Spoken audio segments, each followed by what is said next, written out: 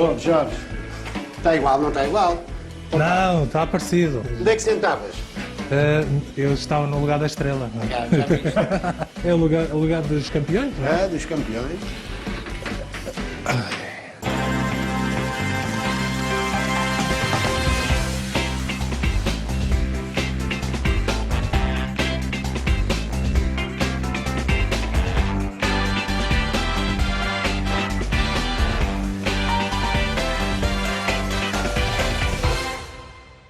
Quando estavas a falar que era ali, mas era ali nos séniores, ou era já no...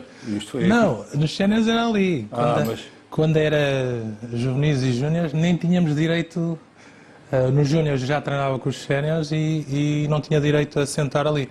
Mas antes de mais, queria agradecer a Estrela da Amadora e a Estrela da Amadora SAD pelo revitalizar aqui do Estrela. E eu sou um dos embaixadores, não é? Nem que seja pela cara bonita, aqui da Estrela. E é uma honra estar aqui neste espaço que muitas alegrias nos deu e saber que as coisas estão a voltar ao sítio que o Estrela merece é uma alegria imensa. E depois desses episódios, como nos Júniores do Estrela, que o nosso treinador era o Miguel Quaresma, sempre havia uma interação muito grande entre as camadas jovens. Por isso é que muitas das vezes eu digo que o treinador que mais me preparou para o que é o profissionalismo foi o próprio Miguel Quaresma, porque na altura das camadas jovens, iniciados, juvenis e júniores, ele acompanhou esse trajeto todo, tanto meu como o meu irmão, que também foi profissional aqui no Estrela da Amadora, o Carlos Andrade.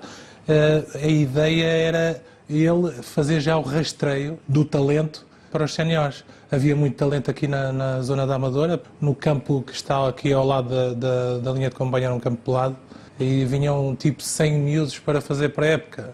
Até o Nani, que morava ao pé de mim ali, ao pé do bairro Santa Filomena na Amadora, veio uma vez fazer umas catações e não ficou e foi para o Real Massamá. Daí que havia uma dificuldade imensa e tinha que ser o senhor Calado, que fez tudo aqui no Estrela da Amadora. Era coordenador, era treinador, que foi o nosso primeiro treinador, que fazia aquele rastreio, o primeiro rastreio dos miúdos, e muitas das vezes, naquele dia, se calhar o talento estava escondido ou nervoso. E eu tive a sorte de vir, acompanhado pelo Vladimir, que era um colega da rua, mais outros dois, e viemos aqui os três, com influência sempre da família, que o meu pai jogou futebol. Eu sabia que ele jogava, não sabia se jogava bem ou mal, não é? Isso é a mesma história. O teu filho Tony também devia perguntar o mesmo. Claro. Não é? Viu o pai a jogar, mas depois desses anos todos é que a gente faz o balanço. Ele já não viu porque ele já nasceu depois. Sim. Teve que ver. E já faz o balanço, afinal o meu pai jogava alguma coisa ou não? Sim. E eu constatei que jogou 5 anos no Borbense, onde subiram de divisão para a 3ª divisão, foi um dos melhores marcadores. Pelo menos ali na zona do Alentejo estamos salvaguardados. Ele deixou-te os genes. Sim. A mim e ao meu irmão. Vens ao Estrela, ficaste, mas depois... Tive um ano descansado, sim. Mas porquê? Tu hoje...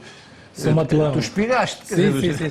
Eu tive um treinador que era muito querido aqui, que era o professor Adérito, que depois mais tarde foi trabalhar também para o Benfica e foi treinador do Manuel Fernandes, na geração de Manuel Fernandes nos iniciados do Benfica, que naquela geração tinha muita gente. Por exemplo, o nosso capitão era o Filipe Martins, que é agora o treinador do Casa Pia, e nós andávamos na escola juntos, na mesma turma, e vinhamos para o treino juntos. Só que o Filipe já era muito alto, e todos os atletas de primeiro ano tínhamos esse problema. O Estrela da Amadora não tinha condições para ter 2 equipas. Nesse ano existiu a possibilidade do Real Massamá, que era Massamá só, antes da fusão com o Queluz, queria atletas para fazer equipas juvenis e assim fomos 12 atletas. O Gonçalo, o filho do Matini, o Fernando Matini, foi o filho do Quaresma também foi connosco, foi o Fortuoso, que era um dos meus melhores amigos e também meu padrinho, e fomos todos 12 a chorar, a babirrenho, porque para nós a nossa realidade era aqui. Para terem uma ideia, eu morava na Reboleira, aqui mesmo em cima do estádio, e demorava nem 2 minutos a chegar ao estádio. E ter que sair daqui deste contexto familiar para um clube que não conhecia, foi um pouco um choque. Mas por um outro lado foi positivo, porque Sim. deu-te a oportunidade de competires com regularidade e depois voltares. Sim, sim. E a minha irmã até gozava. A minha irmã e as minhas primas jogam handball. Não queres tentar o handball? E eu assim, não, que eu quero é futebol. Vai, anda a tentar o handball. Eu, não. O meu pai até chega a dizer que eu cheguei a casa a dizer que não queria jogar mais. Mas eu acho que foi aí que deu o clique de o que é o futebol. O futebol deixou de ser uma brincadeira. Mesmo com 15 anos eu tive uma noção que para ter todas as regalias que tinha até aqui, as simples coisas, nós antigamente, hoje em dia os meninos compram botas e compram tudo. No nosso tempo não, nós chegámos aqui e estão a ver como é que está aqui tudo preparadinho. Tínhamos o nosso cesto, com as nossas botas, tudo engraxado, tudo como deve ser, mas a partir dali eu disse que nunca mais um treinador me ia me dispensar. Ou seja, meti na cabeça que era a sério, não é? E aqui no Estrela da Amadora nós tivemos sorte que com o Mr. Quaresma e também com os treinadores que estavam, primeiro o João Alves, que o João Alves contratou o Sérgio Marquês, logo com 16 anos, que era uma novidade, um treinador contratar um jogador com 16 anos, depois o Rodolfo Correia, o Filipe Martins, o Miguel também depois veio na mesma altura que eu, ou seja, estávamos super protegidos e aí nós aqui no Estrela tínhamos estas condições, mas nos outros clubes não. Tenho colegas meus da minha geração do Euro 2004, tiveram todos que rodar para o Alverca ou para o Lourinhanense. Eu tive a sorte de passar diretamente dos júniores do Estrela para a primeira divisão.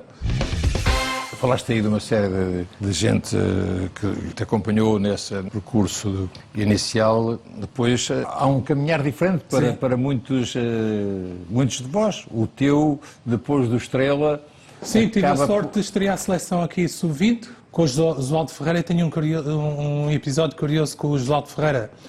O Mr. Josualdo Ferreira é uma pessoa muito dócil a falar e foi o meu primeiro contacto na seleção, era o Josualdo Ferreira e o Caçador. E havia uma grande disputa porque o meu irmão não tinha ido à seleção antigamente, porque pensava que o meu irmão, como era maturado, que podia ser um jogador que sem os documentos como deve ser, havia ali uma certa confusão. E depois apareceu como irmão, não é? E fui muito bem recebido. Mas uma das primeiras palestras foi chocante. Era um projeto para irmos aos Jogos Olímpicos e o que é que aconteceu? O Mister estava a trazer esses jogadores que estavam-se a destacar. Eu estava a destacar aqui no Estrela da Amadora, fui chamado, o Zé António estava no Torriense, foi chamado, e esses mais novos que não tinham tido o trajeto de seleção, que eu só me estreiei na seleção no Sub-20, chego a essa reunião e o Mr. Josualdo Ferreira começa a perguntar, e a maioria já era conhecida, era o Edgar Pacheco, o Moreira, o Patacas, o Veríssimo, o Marco Almeida, jogadores já conhecidos. E depois passa para mim, que até ali não tinha entrado na seleção. Jorge, qual é a posição que tu jogas? E eu, bem, mister, eu no Estrela da Amadora jogo a trinco. E ele assim, bem, trincos aqui na seleção não há. Zé António, tu aqui que jogas? Ou seja, deixou-me ali a patinar no ar e eu assim, não vou jogar. Eu assim, não vou. O Mr. Josualdo também mandou um abraço, mas deixou-me ali a patinar. Até o dia que me estreiei na seleção principal, o Mr. Josualdo diz, eu é que sabia, fui eu que te estreiei contra a Noruega no Sub-20, até nesse jogo eu defendi o Kério, que era um norueguês muito grande. E empatámos o jogo e a coisa correu bem. Mas ele disse, eu é que sabia, mas no entanto não me punha a jogar. No Estrela tive 3 anos, primeiro com o Fernando Santos o primeiro ano. O Fernando Santos sai para um projeto como o Futebol Clube Porto, que já era tetra, e vai para vencer o Penta, e não sabíamos quem é que ia calhar como treinador. E quando calha o Mr. Jorge Jesus, toda a gente já conhecia o Mr. Jorge Jesus. Eu joguei com o filho dele aos 8 anos, o meu pai, e toda a gente convivia com o Jorge Jesus. Era uma pessoa que estávamos bem habituados, sabíamos da exigência. Os jogadores mais velhos aceitaram muito bem. Para termos ideia, o Rebelo jogou comigo, tinha 40 anos. O Rui Neves, o Fonseca, o Leal, todos craques em termos de trajeto, já tinham sido jogadores internacionais. E vem o Jorge Jesus com ideias inovadoras, não é? Em termos de sistema, que tentava provocar às vezes a equipa para jogar com 3 centrais. Naquele tempo era complicado um treinador ter ideias assim inovadoras, e o grupo aceitou. Porque se fosse com outro grupo, se calhar não tinha o sucesso que teve aqui na Estrela. A carreira dos jogadores está muito ligada à carreira dos treinadores. Sim. E vice-versa. O Fernando Santos, quando começou no Estoril e aqui, era uma pessoa mais tímida, não gostava em termos de aparência, mais cerrado, barba. E agora, hoje em dia, é o engenheiro do Penta, o campeão europeu. E o Mr. Jorge Jesus também, quando chegou aqui também, as dificuldades que tinha, em termos de treino, o melhor do mundo, em termos de conhecimento do treino, mas depois a coordenar a outra parte que ele não gostava muito de se dar, e era atrevido, mas não tinha também, e agora melhorou muito em termos de comunicação. Mas era Jesus, agora é Deus, não é? No Brasil é Deus. É Deus. Ou seja, os jogadores que passaram por ele, fizeram deles bons treinadores, mas também eles insistiram nas carreiras porque abdicaram de muita coisa. O engenheiro tinha um trabalho fixo enquanto treinava e abdicou para sonhar. O Mr. Jorge Jesus também abdicou de muita coisa para sonhar. Merecem tudo o que conquistaram, mas este grupo do Estrela da Amadora, com esses atletas que eu disse, aceitou muito bem. Estes dois era um balneário muito forte. O Veríssimo, que foi o nosso a primeira pessoa que faleceu de Covid, era o nosso enfermeiro. Uma figura aqui. Um cumprimento especial à família. Qualquer jogador que vinha novo era logo batizado por ele. Batizado no sentido de sexta-feira, banhos e massagem, o jogador mais novo já ia correr para o banho e massagem. Não jogaste ainda não tens moral nenhuma, sai, isto não é para ti, isto é para massagem, não, espera, não havia, não sejas babaca. Era muito engraçado. Tenho uma história muito engraçada. Nós fomos jogar ao Estádio da Luz com o Manuel José e fomos jogar o Estrela da Amadora contra o Benfica, em pré-época, em setembro. E estamos a jogar e um colega nosso, o capitão, que era avançado, o nome dele era Capitão, e ele parte a perna. E o Sr. Horta era conhecido como o Mete Gelo, não é? Mete Gelo. O capitão parte a perna, o enfermeiro, o Veríssimo, diz: vai lá rápido. Começa a patinar, chega lá, o rapaz com a perna partida, ninguém sabia o que é que ele tinha, né? Ele assim: bate com o pé no chão forte. Bate com o pé no chão. Calma. Ele assim: não, a perna está a tempo. E ele assim: Horta, Mete Gelo. Houve aqui um episódio também no Estrela, o engenheiro Fernando Santos tinha de manhã não é uma pessoa que gosta de conviver muito em termos de que é bom dia. Eu passei o ano todo, literalmente, passava no corredor mais cedo, não é? E eu todos os dias, bom dia, mister, e nem e eu entrava. Outro dia, outra semana, bom dia, mister. E há um dia que eu não sei porquê, passei e disse: nunca me diz bom dia, e entrei. Ele, não diz bom dia? Ou seja, mas em termos de educação deu-me uma lição muito grande. Não existia uma ligação muito forte, porque a nossa distância em termos... Eu estava a começar e ele já tinha um grupo formado e os miúdos mais novos. Não existia aquela comunicação muito forte, mas quando eu precisei dele, ele ajudou-me. Eu tinha que fazer um exame de matemática. Cheguei à porta do mister com antecedência e pedi-lhe: mister, com medo, bati à porta: mister, posso falar consigo? Sim. Eu tenho um exame de matemática, precisava de dispensa para o dia, porque era impensável nós faltarmos um treino. E o mister disse: não só te dou o dia, como se precisares de uma explicadora, eu tenho uma amiga muito boa e que pode-te ajudar nessa situação. E assim: o mister, está bem, obrigado. Eu queria na mesma o dia. Eu acho que eu devia ter aceito a explicação. Porque depois chumei no exame. Acabei de fazer o 12º mais tarde. Em termos de ensinamento, foi muito bom e ajudou-me muito.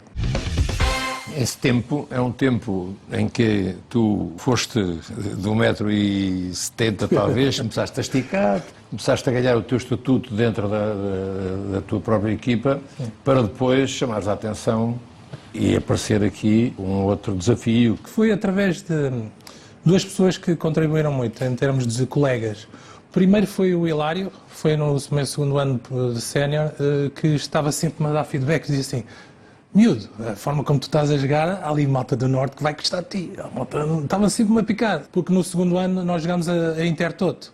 E eu joguei os jogos a titular, e depois o campeonato, e as coisas estavam a correr bem, eu jogava a meio campo e dava um pouco nas vistas em termos de pegar na bola, não tinha responsabilidades defensivas, estava super à vontade. Depois, no ano a seguir, foi o Tiago. O Tiago, em termos de empresário, era com o Jorge Manuel Mendes, e há um dia que eu confronto o Tiago com uma situação que não estava satisfeito, tinha-me prometido umas coisas para ir para um sítio e não correram. E como eras da casa... Sim, e eu falei com ele e o Tiago desbloqueou uma situação e mudou-me a minha vida, uma simples conversa com um colega. Eles eram mais experientes, já tinham passado por o Hilário pelo Porto e o Tiago pelo Estrela, e as coisas desbloquearam. Também o Estrela fez muita força sempre para todos os atletas terem sucesso. Tanto eu como o Miguel saímos nesse ano. O Miguel foi para o Benfica e eu fui para o Porto, e podíamos ter ido os dois para o Sporting ou para o Porto ou o Benfica. Eu lembro-me de ter... Eu vi o Mister muitas vezes ali na janelinha a ver. Não, eu tinha... eu havia... Agora estava a faltar um outro... Havias tu, do Estrela da Amadora, e havia um Clayton do Clayton Santa Clara. Santa Clara. E o Clayton... E tinha um outro referenciado. E que falei... Eu sei destas coisas hoje em dia porque também eu confidencio quase todos os dias. Somos vizinhos com o António Simões, e o António Simões era o responsável pela pasta Jorge Andrade. E ele disse só não foi para o Benfica porque as coisas não se proporcionaram em termos de dinheiro, não é? E o Porto estava numa condição para oferecer melhores condições ao Estrela, e foi feito o negócio. E a partir daí eu acho que foi muito mais fácil para a minha carreira, porque depois de ir para o Porto, ter uma regularidade a jogar, estrear na Seleção A, depois no Futebol Clube do Porto estava uma dupla a jogar e eu cheguei, foi o Jorge Costa e o Aloísio, uma dupla que era fantástica. O Aloísio tinha 38 anos e acho que ele deixou de jogar porque existiam jogadores que já estavam a separar. Eu, o Ricardo Carvalho, o Ricardo Costa, o Ricardo Silva, os Ricardos todos a atrapalhar. Muita gente Olha, mas tu tinhas consciência exatamente disso. Sim. Tinhas consciência que tinhas de trabalhar muito e demonstrar o teu mesmo valor. na seleção. A dupla era o Fernando Couto e o Jorge Costa. O Fernando Couto, curiosamente, durou mais que o Jorge Costa, e o Jorge Costa é mais novo. E o Fernando Couto também é outro exemplo em termos físicos e em termos de longevidade. E eu saí privilegiado porque eles é que me ensinaram mais que alguns treinadores, em termos de posicionamento, em termos de como confrontar uma defesa quando jogas numa equipa que tem objetivos de ganhar. Exatamente. Quando é uma equipa para defender, foi aqui o Estrela da Amadora, equipas com objetivos diferentes, e os jogadores mais velhos ensinaram muito e complementaram, e acho que eu aproveitei da melhor maneira, porque para além de ser um jogador considerado com muita velocidade, eu conseguia corrigir os erros pela velocidade, mas também tinha alguma sabedoria que fui bebendo e roubando, não é? Hoje em dia diz que os treinadores roubam ideias, eu também roubei ideias. O Rebelo tem uma forma de defender, abordar um avançado, que ele põe-se de lado e consegue tirar a bola, é uma coisa inexplicável, e eu já conseguia fazer igual ao Rebelo. Este passo que tu dás do Estrela da Amadora para o Futebol Clube do Porto, vais para objetivos completamente diferentes. Foi importante para o teu crescimento enquanto jogador? Sim, foi muito importante. Os primeiros meses no Porto não foram fáceis, até porque os primeiros meses estavam sempre a chover. Eu passo num ambiente familiar onde o meu melhor amigo aqui no Estrela é o Gaúcho, o avançado. Até hoje estamos em contacto diariamente. Foi a primeira pessoa que me convidou para ir à casa de alguém à feira, que ele mora na feira. Tinha um ambiente familiar e tive a sorte que o meu irmão foi para o Salgueiros. Eu fui para o Porto e fui para o Salgueiros. Em termos familiares estava completo, não é? As coisas estavam a correr bem. Mas depois, como não jogava, ficava um pouco triste. E estava a chover, o ambiente não estava favorável. E eu estava sempre, até o Mr. André, estava sempre a chatear o André, a dizer: oh, Mister, isto não jogo, sempre a chatear. Até há um episódio, nós até dezembro eu não joguei, e depois comecei a jogar.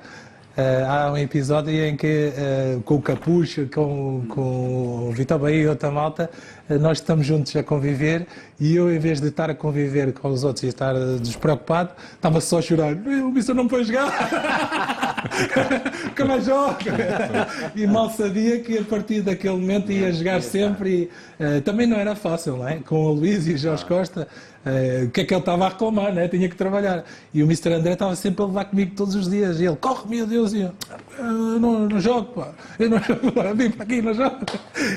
E depois havia a possibilidade de jogar na equipe B, eu dizia, vou para a B, não me interessa. E ele assim, não, calma, o teu momento vai chegar, calma. Tu aí tinhas um Tinha balneário que te ajudava. Muita sorte. Tinha o Cheinho, que foi o meu colega aqui, tinha a pessoa que foi responsável para ser meu padrinho no Porto, que foi o Deco. Ele foi incumbido de ir buscar a casa para ir para o treino, foi incumbido de me levar a conhecer a cidade, foi incumbido. Ele já estava forte de mim, mas pronto, era a missão do Deco ali no Porto. E depois tinha o Cândido Costa, que éramos vizinhos, que é das pessoas mais engraçadas e mais para ambientes que estão desfavoráveis, ele põe lá o ambiente favorável. Depois, os mais velhos, o Capucho, o Vitor Bahia, o Paulinho Santos, incrivelmente foi uma das primeiras pessoas a ter uma palavra. Eu trabalho, assim que estás a trabalhar, e encontrei no nosso balneário o melhor profissional que eu trabalhei durante a minha vida, secretário. E esta, hein? Durante a minha carreira. O melhor atleta com quem eu trabalhei na minha carreira foi o secretário. Porquê? Porque foi um atleta que veio do Real Madrid e podia se encostar e não querer trabalhar. Ele trabalhava ainda mais. Podia ser as coisas não correrem bem, ainda mais. Podia às vezes assobiar que as prestações não eram uma coisa fora do normal.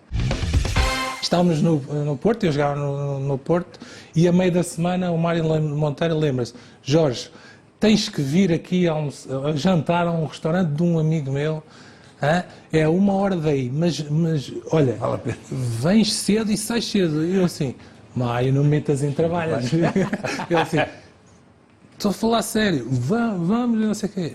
Fui eu com o Mário Monteiro, era só uma serra para cima, 1 hora de caminho. Chego ao restaurante, janto, chego a casa antes da meia-noite. Eu, tranquilo, antes da meia-noite. Mal pôs o pé no Estádio das Antas, a primeira pessoa que vejo é o Acácia. Eu disse assim, então Jorge, o jantar em Coimbra estava bom?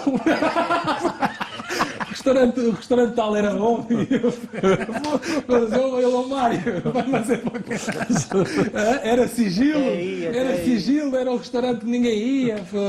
Que isto tem a ver um pouco com uma não exigência que havia, eu trabalho invisível. Que havia em Lisboa. Sim, eu trabalho invisível. Sim, aqui também dispersava mais. Eu acho que o Porto foi pioneiro em certas coisas em termos do que é liberdade, responsabilidade. Liberdade com responsabilidade. Liberdade, responsabilidade. Nas questões do dia-a-dia, eles resolvem tudo. Também nas questões dos tempos livres, nós temos de ter cuidado e retribuir. Primeiro ano ficamos fora da Champions, perdemos com o Anderlecht, com o Fernando Santos, e fomos à Taça UEFA, fomos aos quartos finais com o Liverpool. No segundo ano jogamos Champions, com o Otávio Machado, e depois do Otávio Machado, saiu o Otávio Machado, entrou o Mourinho. Quando o Mourinho chega, tem a célebre frase que diz: este ano não sei, mas para o ano... este ano talvez, mas para o ano vamos ser campeões. E eu, quando vejo o Mourinho, eu disse, este está maluco?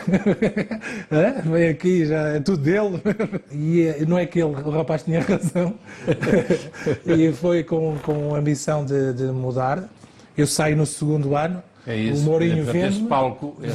E eu... Mas como é que essa passagem para o Deportivo da Corunha, mas até podia ter tido outro Sim. Havia outros pretendentes. Sim, não é? mas naquela altura o Porto tinha que fazer capital. O Deco era o jogador estrela, não ia ser vendido porque não estavam a dar o valor, o dinheiro. Naquela altura não havia capital dos Barcelonas, dos Real Madrid e das equipas fortes para vender. Então preferiam ficar com o Deco para atacar o campeonato e quem sabe o que ganharam, não é?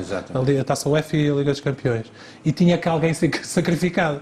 O segundo... Eu vi a oportunidade, e o Porto também viu uma oportunidade, conversou-se sobre o Deportivo da Corunha. Quando me falaram, disseram: se vais para o Deportivo da Corunha, nunca mais sais, porque o contrato longo, 7 anos, o Lendoiro. E eu disse: não interessa, se é para ir, vamos embora. Fiz o meu trajeto no Porto de 2 anos. As pessoas, se falar com alguém, pensam que eu joguei para aí uns 10. Eu fui para a Espanha, era o único português. Antes tinham estado o Paleta, tinha estado o Hélder e o Nuno Espírito Santo, e eles tinham ali um apoio. Eu fui sozinho e no balneário havia grupos, não é? Grupos dos espanhóis, grupos dos argentinos, sul-americanos, brasileiros, todos juntos, não é? E enquadrar ali a personalidade. Os espanhóis têm uma coisa, gostam de estar sempre a contrapor. Nós falamos e eles falam por cima. E eu, a partir dali, eu acho que mudei a minha personalidade, sou uma pessoa mais extrovertida e o futebol é que tem essa magia. Fui para a Espanha, mal chego, ganhamos a supertaça com o Deportivo da Corunha. E tiveste uma história parecida com o João de Ferreira. Pois. Eu soube. Não é? Do quê? Do Irureta. O Irureta é uma história espetacular Que te também. perguntou... Eu chego ao balneário pela primeira vez, o balneário do Deportivo da Corunha, contratado por 16 milhões de euros e o Nuno voltou para o Porto. Eu estava numa posição confortável. Ia jogar com o Naibé, com o Donato, jogadores também super experientes, o César e outros colegas, e chego e o treinador, a primeira reunião com o treinador, senta-me, pega num bloco com papel e diz: meu menino, desculpa lá, como é que gostas de ser tratado, Jorge? Eu, pode ser Jorge, é como lhe der mais jeito. Ele, bem, vamos conversar a sério. Aqui o nosso presidente é sempre a mesma coisa. Eu pedi-lhe um avançado e deu-me um defesa central.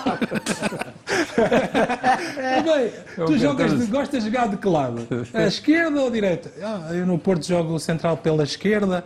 Ele disse: pela esquerda também não vais poder jogar, porque o Naibé só gosta de jogar pela esquerda, sei lá, não consigo tirar o rapaz de lá. Eu também saí de lá, sem moral nenhuma, parecia que tinha voltado aos juvenis da Estrela. Nós, cada 3 jogos, se existisse uma derrota, o presidente fazia almoço, ou seja, e dava o objetivo para mais 3 jogos. Ou seja, estávamos sempre super motivados pelo presidente, para além do que recebíamos normal. Ele era uma pessoa que se chegava à frente e estava sempre a motivar. E na altura, o Mr. Scolari estava a ser apertado porque tinha o Pepe, o Bruno Alves, já estava a surgir, eu estava na seleção, não é? E ele disse: Jorge, o teu Corunha não vai à Liga Europa, não vai a nada, tens que apertar. E eu: Mister, deixa-me estar aqui tão tranquilo.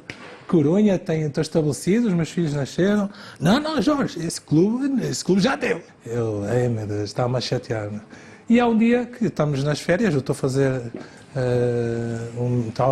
fazer o meu treino e liga-me a dizer assim: Jorge, temos uma possibilidade para ir para a Juventus, mas está difícil, não consigo negociar, é só com o presidente, não sei o que é que queres fazer. Ele assim: está bem, eu desliguei o telefone, peguei no carro, fiz 900 km e fui bater à porta do presidente. Cheguei ao restaurante, onde chama-se Manolito, o restaurante, e mal chego, está na porta o dono do restaurante e diz: Meninho, o que estás a fazer aqui? Não estás de férias? Eu: não. Quero um lugar na mesa do presidente. Não. O presidente está reunido com o Lopera, o novo treinador, não pode ser assim. Então, eu não saio aqui da porta enquanto ele não me receber. E fiz cara de mal, não é? E abancaste. À porta, literalmente. Passado 15 minutos, o presidente desce e diz assim: meu menino, porquê é que não estás de férias a descansar? E eu assim: presidente, ouvi dizer, uma abelha disse-me ao ouvido que havia aí uma proposta aí da Juventus. Ele assim: há uma proposta, mas é muito pouco. Eles estão a dar 6 milhões para um jogador como tu, é pouco. Eu assim: presidente, ouça, você tem que ouvir a proposta dos senhores. Então, eu já fui operado ao joelho, já tive sérias situações. O clube ainda pode ter algum retorno com a minha situação e você não quer?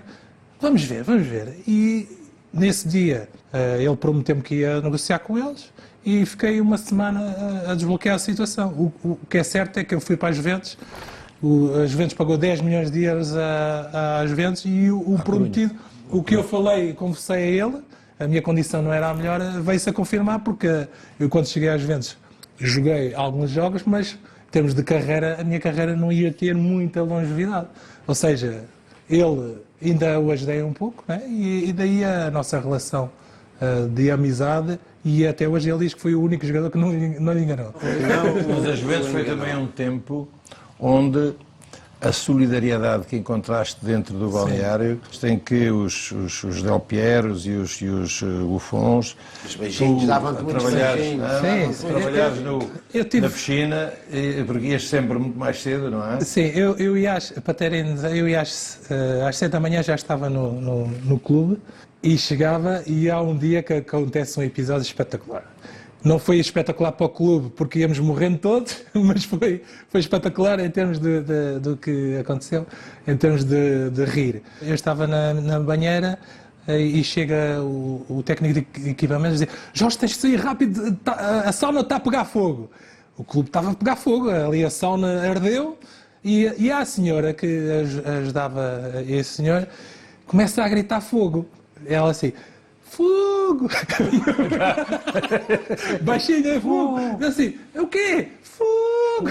Depois começa a gritar: fogo! Parecia os gagos, né? Se não consegue, canta ela: ah, fogo! A senhora, com a aflição, perdeu a voz. E ardendo tudo, vieram os bombeiros. Por acaso foi o fogo mais pequeno, não espalhou pelo resto do balneário, mas foi muito curioso. Eu estava sempre muito cedo e havia colegas que mal chegavam, antes de irem para os seus cacifos, vinham sempre ter comigo. O Tiago, ele ia sempre comigo para o treino. O Tiago nunca via um colega a chorar por outro colega estar a sofrer, não é? A minha manipulação em termos de joelho era muito dolorosa e eu gritava muito, e o Tiago sempre lá a viver essa situação, e foi um campeão, não é? E depois era o Del Piero, o Chiellini, o Buffon, antes de irem para o treino, iam-me dar um beijinho. Eu estava só com a cabecinha de fora, né, na água, a fazer manipulação. Vinham dar um beijinho e Jorge, força, Jorge, não te preocupes, vais melhorar, vais... Espetacular. E Camoranesi, Trezeguet, Nedved, que agora também está ali no clube. Uma equipa também especial. Daí que eles foram campeões antes do clube descer várias vezes e conseguiram depois pôr o clube no caminho. Ainda hoje tem o Chiellini e o Buffon, ainda jogam. Ainda jogam. Ou seja, ainda tem colegas que ainda jogam. Ainda jogam. E o Chiellini era um dos que... Eu joguei com ele na posição e ele, na altura, como estava a haver muita gente para o lugar dele, ele estava a pedir para ser dispensado. Eu dizia: não sejas burro, tu já estás onde está o ouro, tu agora deixa-te ficar. E é um dos capitães.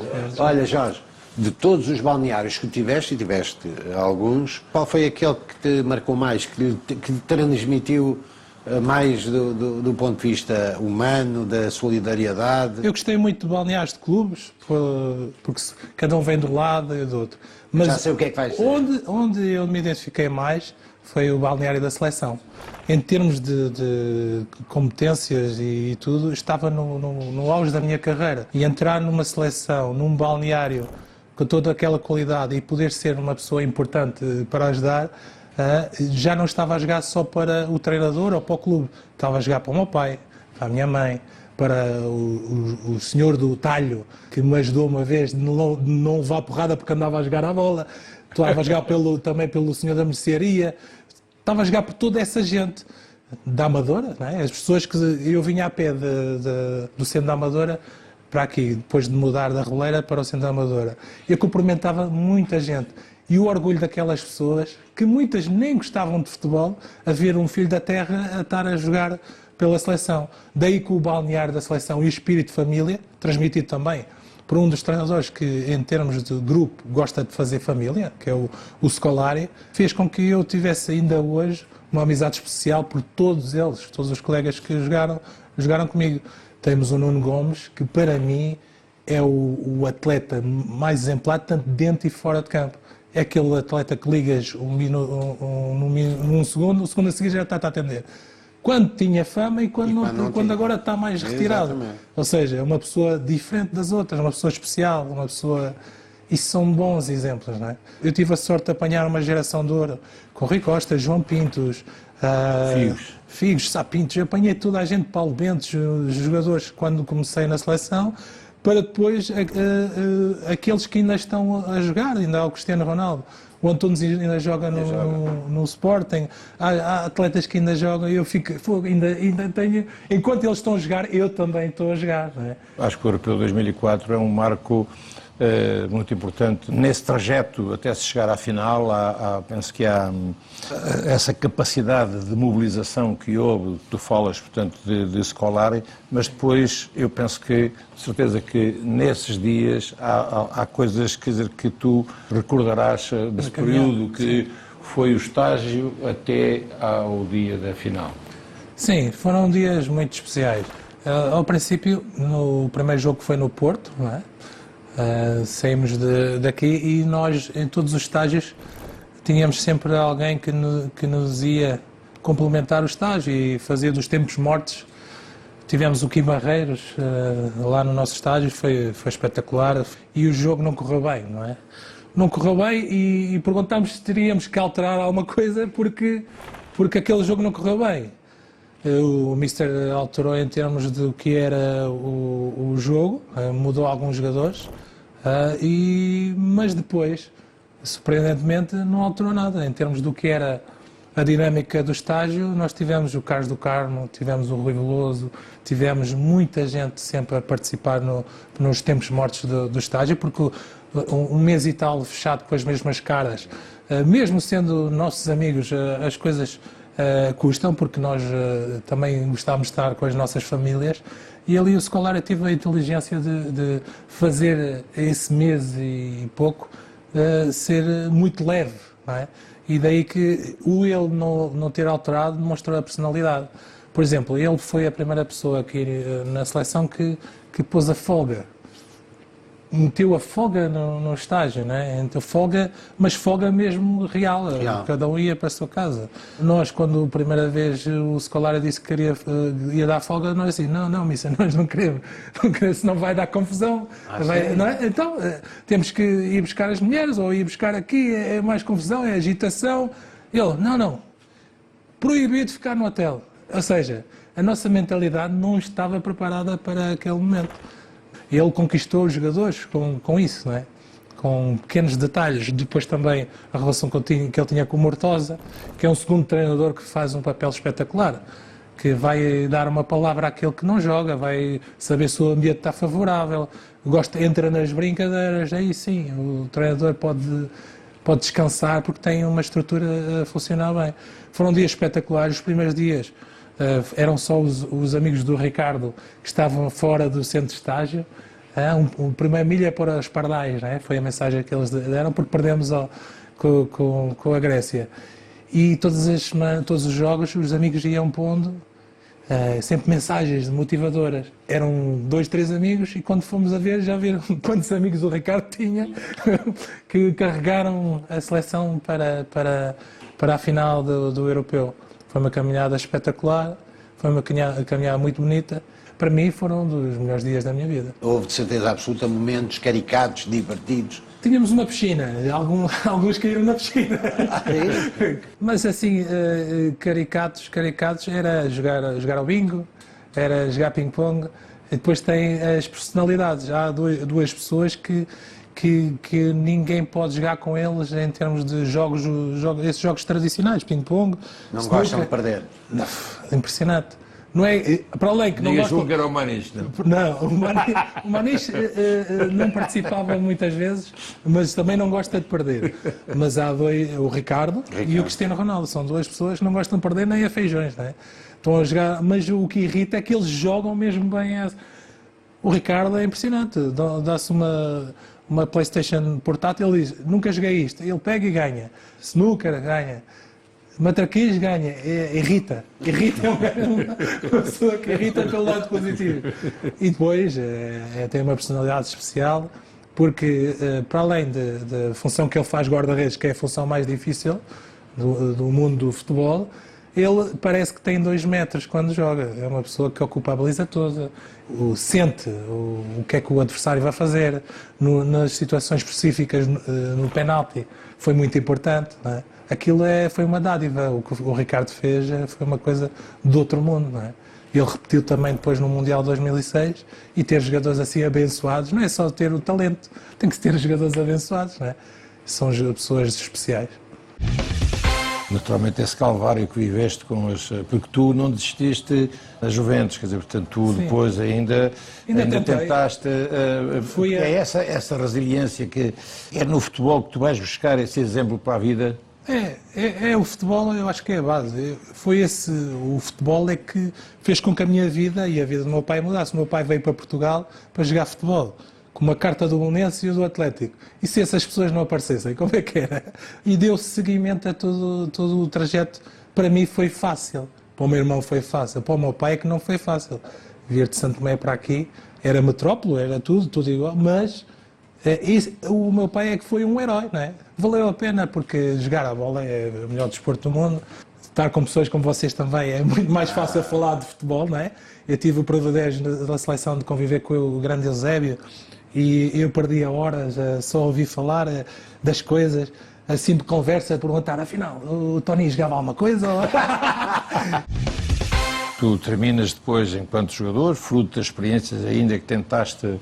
Sim, no Estoril estava a manter a minha forma. Estive em Málaga, pois, também. um mês em Málaga e não correu bem porque o treinador não queria me dar tempo para recuperar. Preferiu apostar para os jogadores da casa e depois continuei no Estoril. Ainda fui ao Notts County, na Inglaterra, estive lá um mês. Com o Eriksen, com esse calvário que terminaste mais cedo a tua carreira. Sim. E depois aquilo que eras tu enquanto jogador dentro do balneário. Sim. E o que eras tu treinador dentro do balneário. Sim, portanto, é complicado. O que é que... Tem sido super complicado, porquê? Porque eu passo de ser muito bem disposto a muito bruto, não é? E o treinador tem que ser racional. Eu tenho momentos em que sou muito próximo do jogador e depois, de repente, corto e eu ainda estou em formação em termos de treinador, não é? E tem sido uma etapa mais difícil porque eu acho que nem toda a gente tem o talento necessário para ser o treinador principal. Eu gosto mais de ser um segundo treinador, aí sim, a minha personalidade enquadra na perfeição.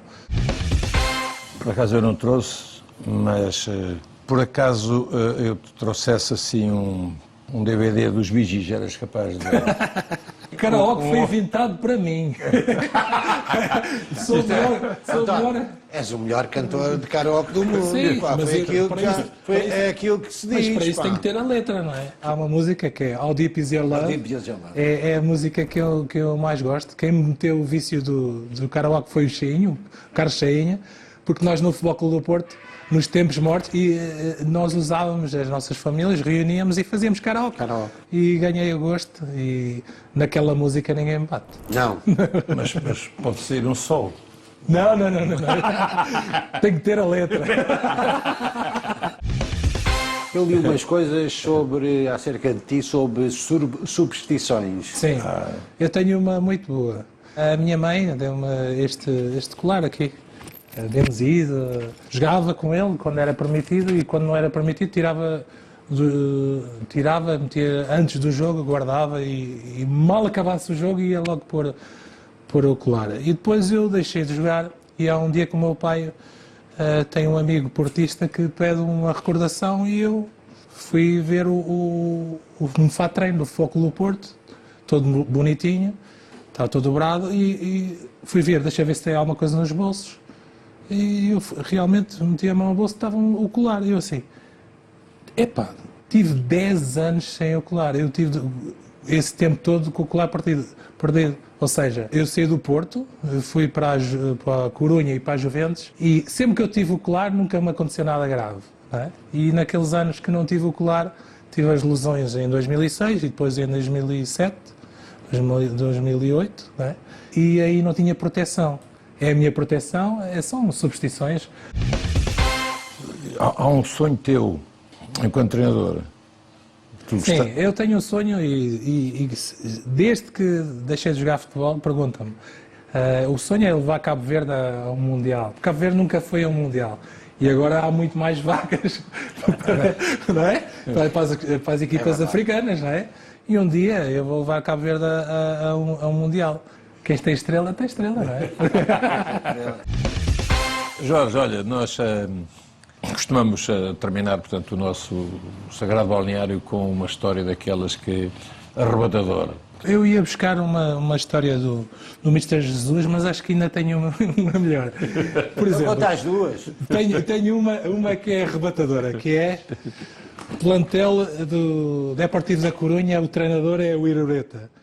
Começa, diz, jogar, vai na baliza Molina, na baliza Molina, lateral direito Manuel Pablo, Naibé, Jorge Andrade, depois à esquerda Romero. Mister, o Romário ainda não está, ainda não chegou na reunião. Ah, não faz mal, ele quando chegar depois vê. Mauro Silva, Sérgio, Amavisca, Vítor, Amavisca e goleador, acho que estão todos, né? 4. Ainda falta um. Falta um. Fran e Tristan. O Tristan ainda não está, mister. Abre a janela, está o Tristan com as compras em Paris. Ó Tristan, já começou a palestra? Outra. Um mister, não quer dizer o nome, Jorge Jesus, está a dar a palestra e mete a peça, ai, cai para o chão, assim, poças, uma vez. Mete outra vez a peça ai, o caraça, segunda vez. Mete a peça a terceira vez e assim, vai para pegar a peça, tropeça, cai e diz assim, ia para pôr outra vez? Não, agora não põe. Vocês já sabem quem é, já sabem como marcar. Pá, são essas duas palestras magníficas. Como é que é possível jogar a Liga dos Campeões? Não, e o treinador começava a palestra sem os jogadores na sala e nem olhava se estavam ou se não estavam. Olha, um dia estávamos em estágio para jogar contra o Porto, fomos para as Caldas da Rainha. E fomos para uma sala e às tantas estava aqui a porta e o empregado do hotel fechou a porta e eu estou lá ao fundo a dar a palestra. E eu disse, o que é que você está aí a fazer? O gajo estava ali.